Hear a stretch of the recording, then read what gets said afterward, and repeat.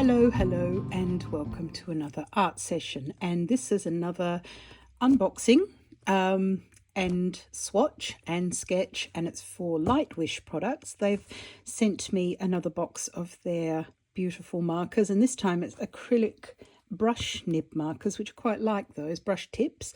I use them from time to time actually, and I'm going to confess I have unboxed this and had a little look and had a play because I have to find which direction I want to take the video in for you. So I have actually done that, and I can show you what I've made with their product very quickly. I've started the framing process as well, so these have got their mounts on them. I'm a mixed media artist, so not all of this is using these products, but where I have used the product is on the rocks, on the houses, and on the path here. The rest is a mixture of gouache and coloured pencil, and I've put coloured pencil over the top of the acrylic markers too, which is I really quite like that because you can achieve some fabulous texture that way. So that's one that I did, and here is another. Again, a little bit on the trees, the middle ground there where the sheep are, the sheep themselves, and the stately home in the background. So that's another one. And finally, this French cottage, which was again a mixture of gouache and coloured pencil, which is my go-to thing. And then on the house, I was able to go to town quite a bit with the acrylic markers by using them. I'm going to mark there, that's typical of me. By using them to get this really nice sunny coloured mix on the plasterwork of the house. They're really good for that. So what I want to do today is I would like to show you what they look like.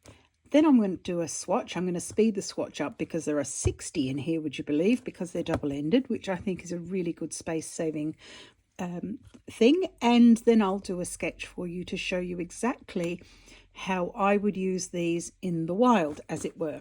So first impressions were good. Nice solid cardboard box, and like most things in our world, you know, there are lots of accusations about too much plastic and maybe packaging and cardboard and what have you. I don't mind if it's solid and reusable, and this box is a really thick cardboard. It will last for ages, and because I store my art materials in drawers that I can pull out, I've got an IKEA drawer here, a drawer unit here, and I will put one box upside down next to the other and store these so that I can just dip in and out. So the cardboard is fabulous, it's lovely and solid, and that's great. Even if it's plastic, as long as it's not single-use plastic, it's fine. But this cardboard, brilliant. So big tick for that right off the bat. Let me just get rid of that. The next thing you get is a colour swatch card, and it's got the names of the colours on. And one thing I particularly like is you can put your own swatches on the back. I have started that, but I want to do something different today because when I swatch these for my work, there's more than just what colour it is that matters. This is a Chinese product, as you can see. Oh gosh, excuse the barking in the background, my dogs decide to chime in. So it is a Chinese product, doesn't mean to say it's bad. Let's have a look, shall we?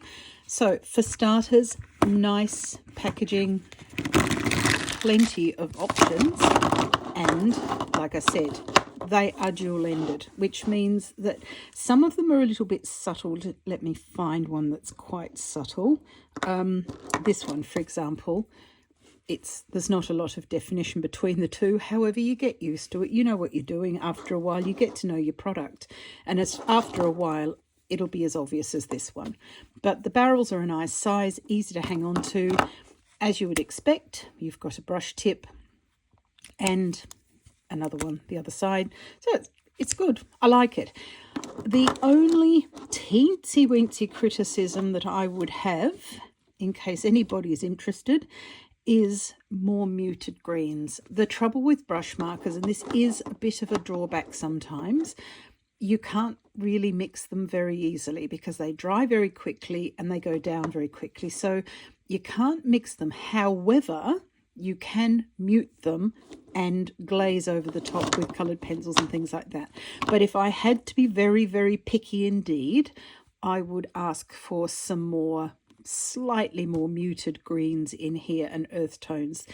But having said that, there are places in the world, especially along the Mediterranean and Caribbean, there's another one that springs to mind, where these bright, I'm going to call them lolly colours, and I don't mean that with any disrespect, but these bright colours, I'm sure you know what I mean, they can work really quite well when it comes to some architectural aspects, and also what people wear. If you're putting people into your scene, that can work quite well. And here, for example, this is a French house, it's supposed to be, and they can have quite bright pink plasters and really pale blue, the sort of colour you wouldn't really associate with putting on a house, but they do, and it works. Because of the light in the region, it doesn't look horrible. If you were to sort of translate that elsewhere, it might look a bit different. But so these, whereas I might normally look at them and think, I'm not sure about this, I'm not sure about that, you can actually use them for different effects, and it's a matter of knowing what to put where. Okay, on to the swatch, and what I've done here is I've drawn some black lines, and I've used my black Caran d'Ache pencil. Grab that and keep it nearby in case I need more lines. Just a regular black pencil basically, and I've drawn some lines on it because I want to know how opaque these are. So when I swatch them, I'm going to do little swatches over the top of the lines, and then I'll get back to you. The thing with brush markers and any sort of paint that is wet at one point and then becomes dry is to let it fully dry before you judge it. You have a look and see, oh, right, that looks opaque or that doesn't look opaque. Some things dry darker than they are. Like, for example, with gouache, the light colours dry darker and the dark colours dry lighter. And that can happen across the whole spectrum of colour. With these, they might look opaque and not be. Some people, from time to time, somebody says to me, you know, look, I'm concerned about the coverage with brush markers and things like that. Yeah. I like that about them. For example, I'm a great fan of Liquitex markers as well, but a lot of people don't like them because they're not opaque coverage. I don't want opaque coverage. I really don't want opaque coverage. What I like is a scratchy textured coverage that I can go over with another medium like coloured pencil, or I can use my pastels, I can use my neo-colours, I can use my watercolour markers to make textured effects, and that's what I'm after. I don't want a one and done thick coverage and then you can't tell what's under it. I don't want that. So for my money, if that's true, and I haven't swatched these like this, I've only used them on the 3 pictures I've shown you. If that turns out to be true, then that's great. I'm opening a bottle of champagne over that because that's exactly what I want. Right, without further chat and in no particular order, I'm not worried about what these are called. They've got numbers on the end of the cap here, which is quite usual in this sort of thing. They don't seem to have anything on the barrel at all in the way of colours. So you use your eyes. If you want a particular colour, you take the particular colour. Yeah, so I shall speed this next bit up and I will get back to you and we'll talk about these once they're dry. Let's go.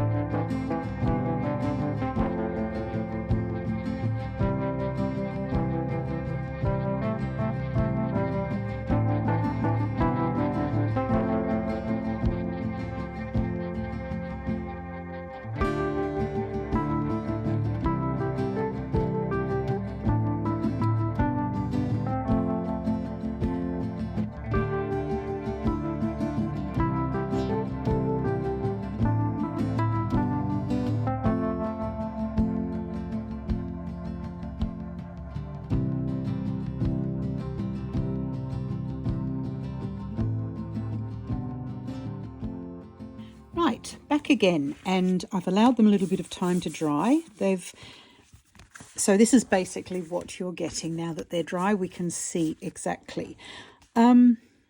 I quite like the fact that the colours are a little bit more muted than the caps. Most of them aren't too bad, you know, they're quite close to the cap colour. I think the nicest surprise was this one here, because the cap colour is a really bright green that I wouldn't use very much, but the colour itself is a bit more muted. And for me, please excuse me for saying that, muted is the way to go. Muted and texture are two words you're going to hear very often on my videos, so I apologise in advance. Please do not take a vodka shot every time I say it. You'll be absolutely paralytic. Yes, I quite like them. The one or two of them are a little bit dry. That could mean that they're very new and the ink is just not coming down. Sometimes it's pigment dependent as well. It's the same with some pencils, coloured pencils, and pastels. So it depends on that a little bit. These greens, I like those very much. I'm a green fan, so that's going to draw my attention. These are safe and non-toxic. They comply to all of the usual tests, and they're also listed on the site as being good colour fastness. So that's all to play for. As you would expect, the lighter the colour, the less opaque it is. So you can see here, you can see my black line quite clearly through most of these light and medium colours. And you can see less and less through some of the others. With the metallic, there's a gold and silver one in there. The silver is slightly more opaque. So if that's what you're absolutely needing, the silver is more opaque than the gold, but it's not bad. And I would suspect that if you do a second coat, which is absolutely possible, that you can actually make it even more opaque.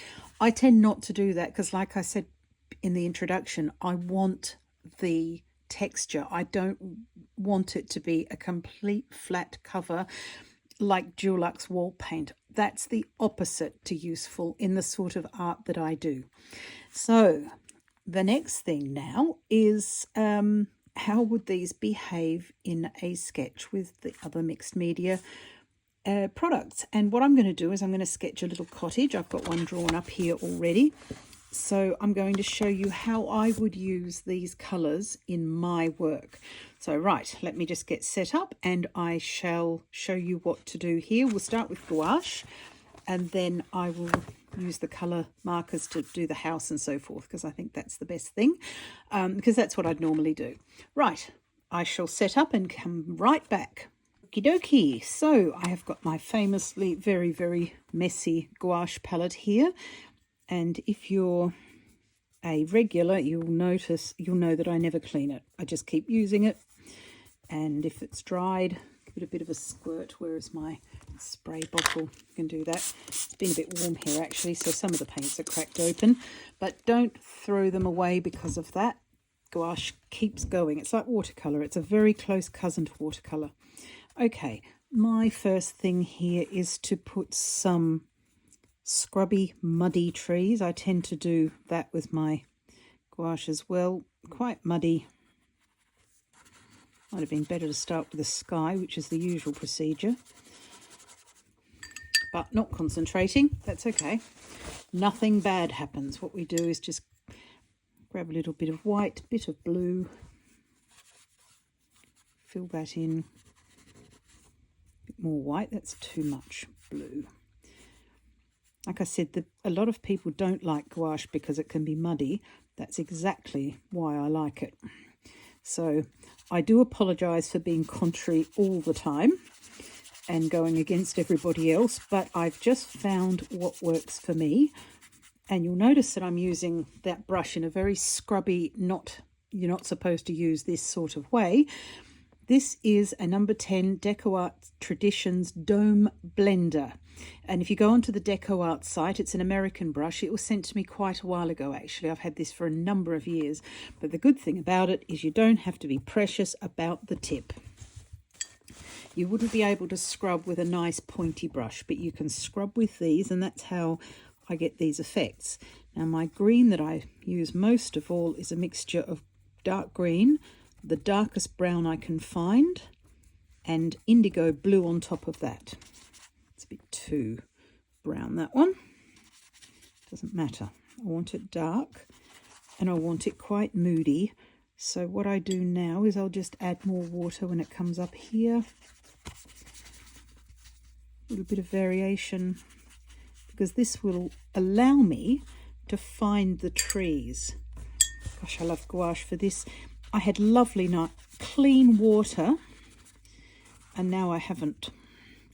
So a little bit of dark down here where we need it most.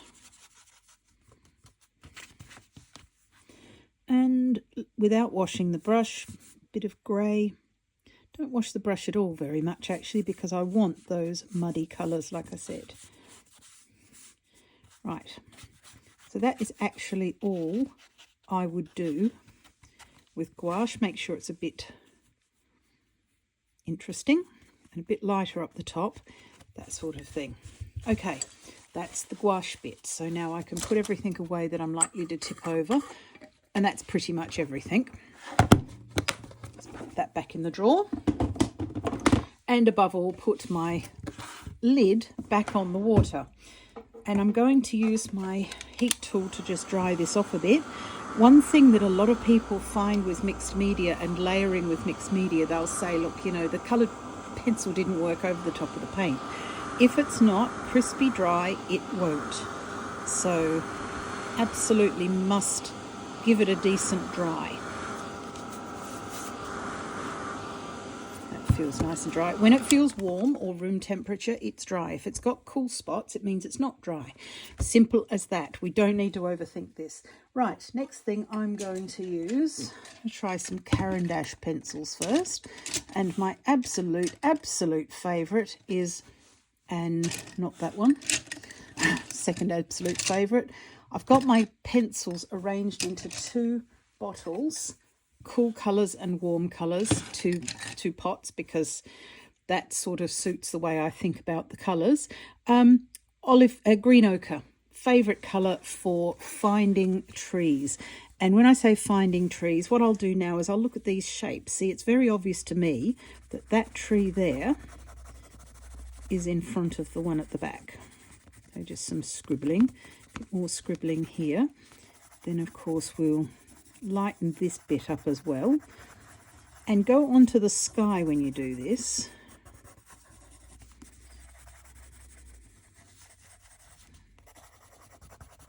Because that looks like the sun shining through trees. This is quite sort of scrubby.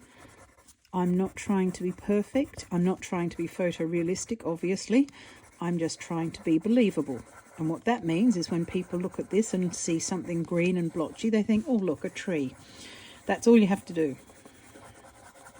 It's quite loose, quite quick, and extremely satisfying. Second thing I'm going to do, and I'm never going to find it, just talk amongst yourselves for a second. Oh, for God's sake. I'm after a Derwent Light Fast in Forest, which is another favourite colour, because it's very similar to the gouache mix I use, so I can do things with that as well. You know, straighten the walls up here a little bit. There's a bit on the roof there that shouldn't be there, but I've decided to be okay with that. And just big up some of the shadows in the bottom. Oh, it's a way to blend it as well. And finally, for the trees, I like a Derwent drawing pencil in yellow ochre, because this just gives me the same sort of colour family. It's quite a bluey green what's underneath there, and the top is quite a yellowy green, but it seems to work. So that's why I do it.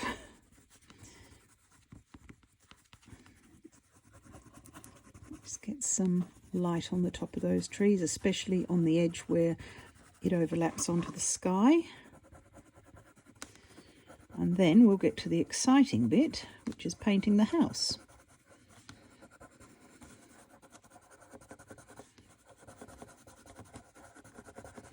You can use this same pencil to put some trunks in. Do keep it nice and sharp though, otherwise it just doesn't look quite right because it's obviously yellow. I'm trying to work so hard on doing my work with a more limited colour palette because I'm one of these people, I've got full set syndrome, which means I've got to buy everything. I don't use half of it, although I use it more than I thought I would, to be fair. There are different colours that I looked at when I bought them and I thought, I'm never going to use those colours, bright pinks and things like that. But then I decide, you know what, I want to paint some wildflowers, and guess which colour I need. So this further fuels my full set syndrome, because instead of saying, see, you didn't need them, I've got to say, ah, I used them after all. Oh, I'm glad I bought them now. Right, that's, sorry about the noise there. So that is what I do for that. Let's grab, I've got a Mars Black in my Derwent Light Fast ones here, just to put some texture on here. I don't want to do too much. The star of the show is the house, and that's coming up. Maybe a bit of Derwent Drawing Chinese white, just to give a little bit of contrast there. Right, that leaves us with a house. I'm going to need pencils again because, like I said, I'm always doing my mixed media thing. So let me get all these markers out. So the way I would do the house is, first of all, you're probably either looking at a house or you're following a picture of a house. Whatever you're doing, decide which is the lightest colour. So we're going to start with greys first. So these two here, this gives us a good selection of greys plus a taupe. I've got a light, a medium and a dark grey. So what I want to do on the roof is to take the lightest one, make little dashes in no particular order, and don't, so that green there, that'll come off in a minute because I'll blend it in. Just keep going like this. This side of the roof is just going to be reasonably straight. So is that side, and then just filling in with dots and dashes. And what this does is it creates a bit of a resist.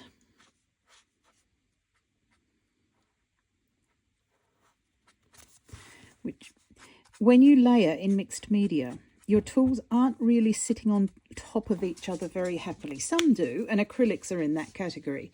But most of your materials that you're using will stain the paper, which means that's why when you try to erase something, you can only go so far, and then you've got this shadowy stain on the paper. So what we're trying to do here is just build up with these colours. Actually, that was the one I just used rather cleverly. Just build up, but allow some of the white paper to remain underneath. Okay, and then the darker colour as well, using this a little bit more sparingly because it is a bit more powerful. Just to give those the slate tiles, really. This is an English cottage and it will be slate tiles.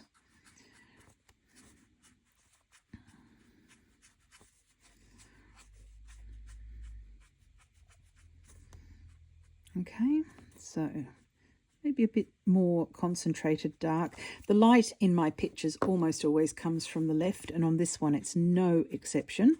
So let's concentrate the dark bit over that side. A little bit of interest under there. Other than that, leave that. Now, as you can see, there are some areas which is still white paper, and I'm going to bring my Chinese white Derwent drawing pencil. I'm also going to grab from my Caran d'Ache collection a French grey, because what I would do now is I'd go straight over the top quite lightly with French grey. Now the reason I'm going quite lightly is because I don't want to colour in and rub the other marks off. I want a bit of texture and a kind of a glaze. And then what I will do is go over with the Chinese white and burnish the colours together. And what that's doing is burnishing the colours that I've just added into the marker colours, the acrylic colours, where I don't like this outline very much. Doesn't look right. So I'm going to push that back with a bit more coloured pencil on that side. And keeping it the dark bias to that side of the chimney. And then come back in again. And what this does is it's squashing the coloured pencil into the gaps in between the markers. And what you're left with is a roof with quite a lot of texture.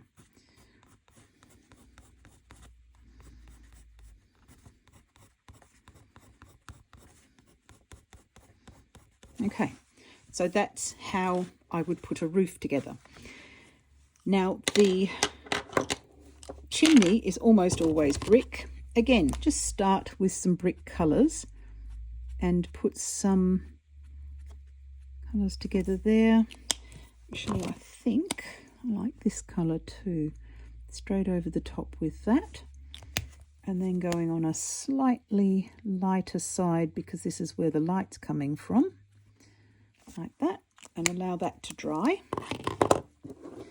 I need a sort of a terracotta colour for the chimney stacks. This is a pink, but it's terracotta enough. Just colours in there. And where you find it too bright, you can go in with your coloured pencils and knock the colour back, which I find quite useful actually. Right, so the next thing to do now is to come onto the walls. Again, this wall is going to be the lightest wall. It's a bit wonky and weird there, but let's just agree that that's okay. Fix that in a minute. This is going to be the lightest wall. This one's going to be slightly in shadow. So what I'm going to do here is using the white marker, just make marks on the wall. Just bring that there. The side where the edge of the building is. So just random, it's picked up a little bit of the gouache. That's absolutely normal and it will happen whatever you're doing. You can get a piece of paper and just clean the nib off like that. Then I'm going to the next lightest colour. This is about where that wall's supposed to be fair. So let's get some sunlit colours in there. But I've gone a bit darker down here because there's some shadow caused by these trees and bushes and so forth. So under here, under the eaves a bit, there'll always be some light there. There's some darker area there. Now, because this is the side that's more shaded, you can come along here as well and add just random brick texture-y bits. These are fabulous if you're actually working on plein air, which I rarely do, but if I do, it's great because you don't have to have brushes and all sorts. You can just use some markers. Let's pop a door in, and I'm going to make the door blue. Where's a nice blue? It's a nice blue.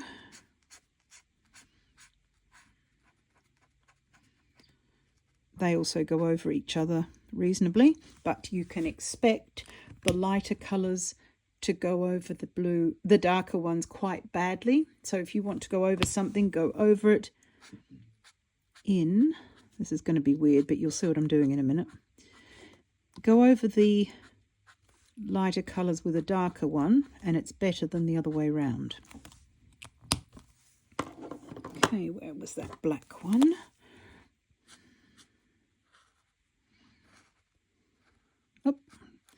Wonky, does not matter. What I'm doing here is to get some reflections in the window.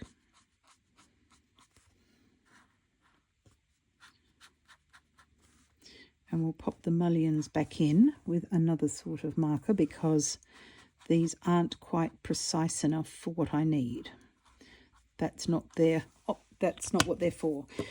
Right, let's get that some time while I plot my next brick colour. Or actually, I can plot my next brick colour while it's having some time. That's a bit dark.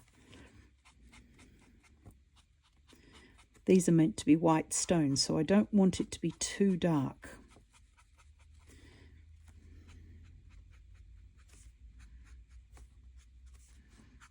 However, the odd one is absolutely fine, especially under here you would expect to have them. Right, so it's a bit of a weird thing at the moment, but do bear with.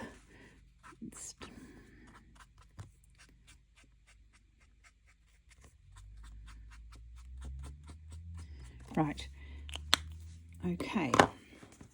So on the end here now, I'm going to go back into my Caran d'Ache supply. This one is raw umber 50%, and just repair that wall there.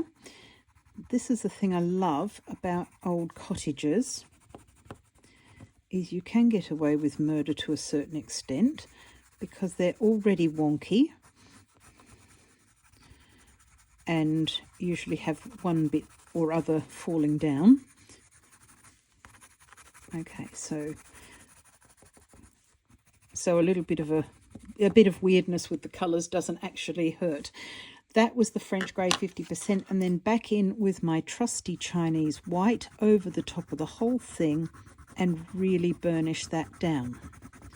So you've still got the texture underneath from the acrylic markers, and then over the top the stone. And you do that until you're happy with the result, basically, which I know sounds a bit ridiculous. We could be here for years, but I think you know what I mean. What I do now is with my Albrecht Dürer watercolour marker by Faber-Castell is to introduce a little bit of shadow under the eaves there and smudge that down. A little bit of shadow here too. And what you will find is that underneath all of it, you can still see the acrylic markers, which I love. That's exactly what I'm after. In fact, while we're about it, let us get, what's a good colour? This one looks okay. Russet, because this is a little bit pinky, this colour on the bricks here. So we want to make that. So start off with russet and then a little bit of French grey. Grey tones and earth tones are marvellous for knocking back bright colours in your work. So if you look at something, one of the biggest mistakes that I see with beginners is using colours, especially from the tube. They are way too bright and they make your work look amateurish when it isn't really. I'm just going to dab with my Derwent battery operated eraser there because I want to go in a bit darker. And I'm going to use sepia 50% just to glaze that side and make it come together. If it doesn't, over the top with this. And then you can extend that out, give it a smudge, and you've got a bit of a shadow on the roof as well. Okay, so on the darker side here, again, starting with the raw umber 50%. Under here,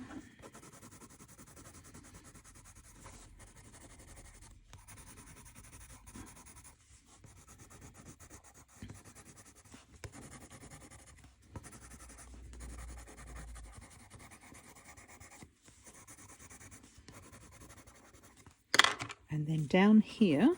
Don't go above this line this time because there's more shadow on this side.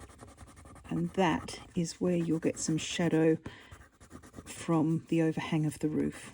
But down here, you can do with a little bit of lighter. Then with this, quite a broad streak under here. While it's wet, smudge it. This can be done last as well. It's just my favourite bit and I can never wait to do it. And then let us grab something silvery grey. This one is slate grey. That will do to blend the door in. I rarely, if ever, do anything to a painting without doing something else to it. So this is all looking quite dull. Doesn't matter, bear with. Next thing, I need a fine liner, and I'm going to use my 0.7 marker here. That doesn't sound very full because I want to make some mullions in these windows. So we start with a frame and then the mullions themselves. And what this does is shows you, that's not very well done, but it will do for the purposes of this because it's an old cottage and it's a sketch, not a photo.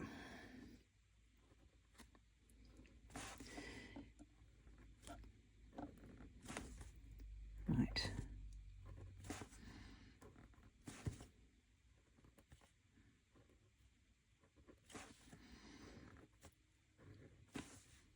The thing is the different tools for the different jobs. That's as simple as that, really. Don't need to have as many mullions down here.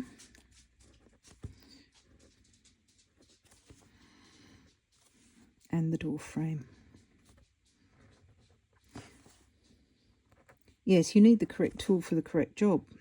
Sometimes you can get away with one and other times not.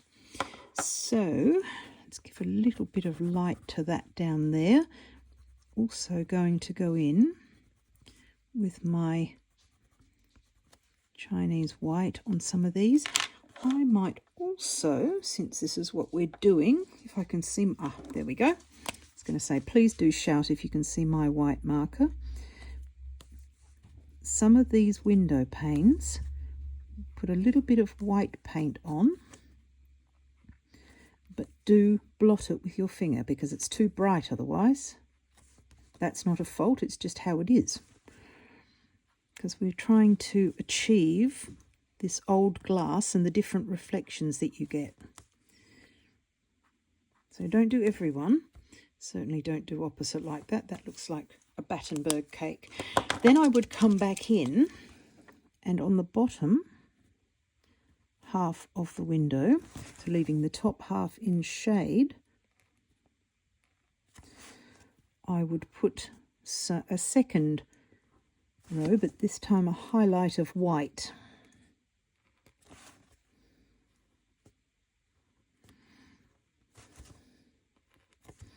And only on the bottom half because the top half is still grabbing some shade from that. On this one, you can go all round.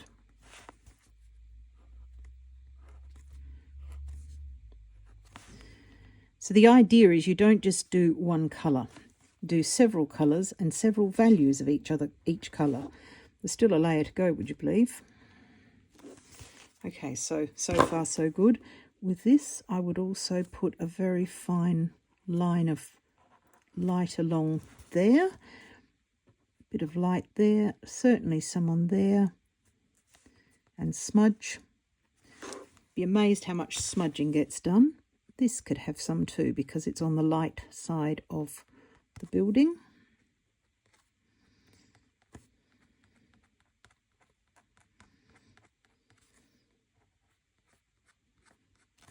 Okay, so where you think it's going to do the most good.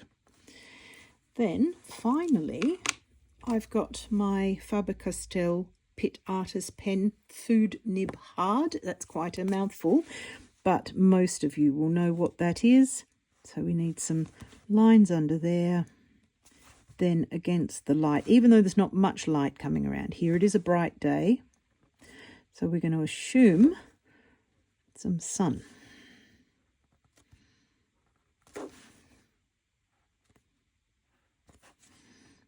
And so this one's going to be under the mullion there and also down here.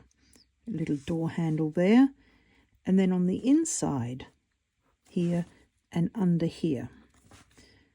That's where any shadows cast will be in those places.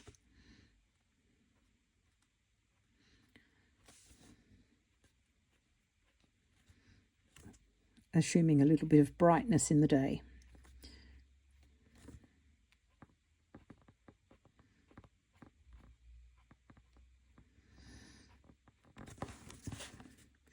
Also under here. Again, blot it. If it's too dark, just give it a blot. Right. That is how I would use those. I love the textures that I can get on the building with those. As you can see here, where I started out with white and then went back in over the top with some cream. Those bricks are fairly solid and they look like they should be there. But then I've gone over the top again with the coloured pencil, which has left me with this really nice plaster effect. So super happy with that. Let me just, sorry, just notice that the door could have a bit of shadow under there as well. And sometimes you have to go second time, or you can choose a darker, this is my nuclear strength one, so get in there and quite quickly knock that back a bit because it's quite severe.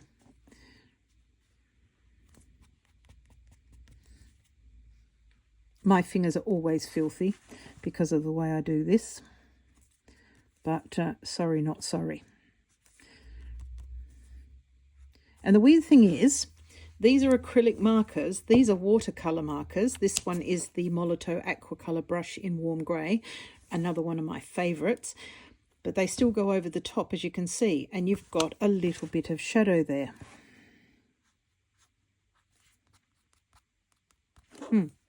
Right, let me leave that alone. As you can see, these give you some nice texture, and you've got the contrasts that are possible by putting light over dark.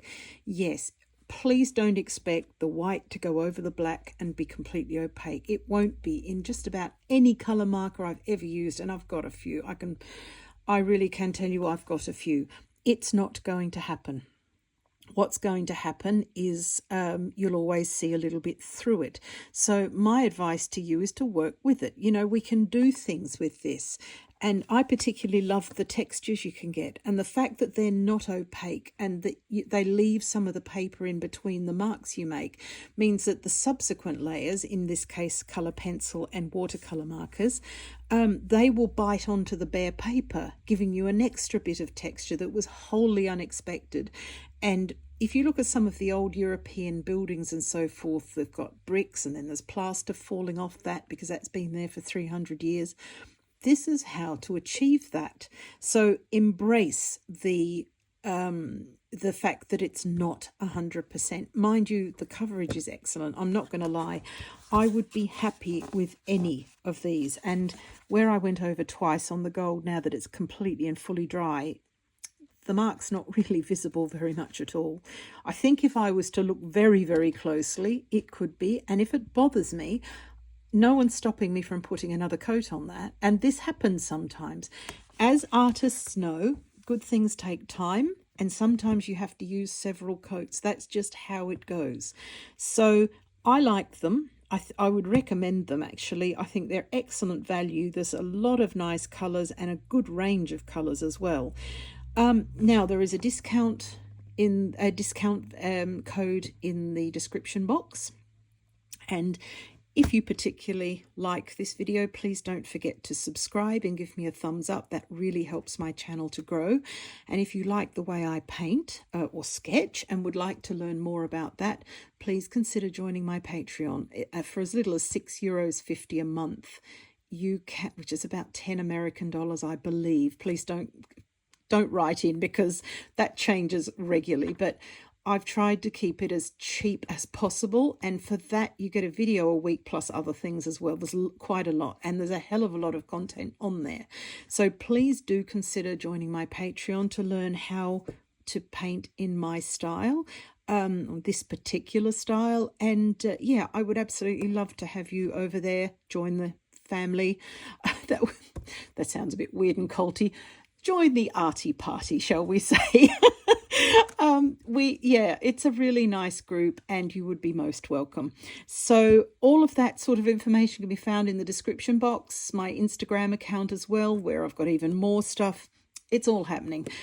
Thank you so much for watching. I really appreciate your time and I hope that you got something out of this. So yeah, the Lightwish dual acrylic brush tip markers, they're nice, actually. I really quite like them, and I'm looking forward to using them quite a bit more.